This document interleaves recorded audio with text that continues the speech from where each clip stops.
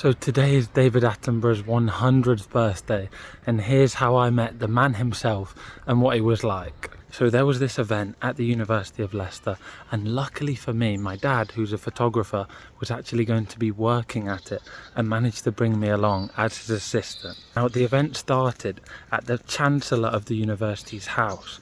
This was actually the house where David Attenborough grew up, because his dad was the Chancellor of the uni in the 1930s and 40s. So me and my dad arrived with all of our camera equipment. We're trying not to get in anybody's way, and we're shepherded into a back room where we're basically told to wait.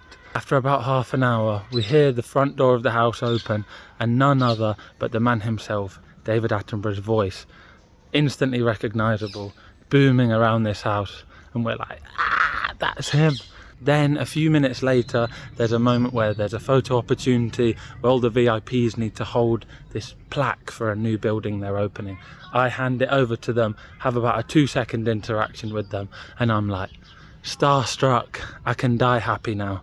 But there's more, because a few minutes after, David Attenborough's signing some books for, again, these VIPs, and I, standing in the corner with the photography equipment, actually have my favourite David Attenborough book hidden in the photography bag.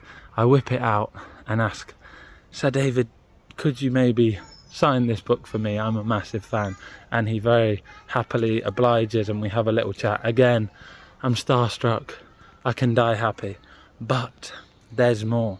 We go from this house to the actual university campus, to this new building that they're opening, where there's crowds of the public who've obviously also suspected this very special guest might be David Attenborough. But again, herded by security into a hall where, with some other important donors, David Attenborough gives a speech.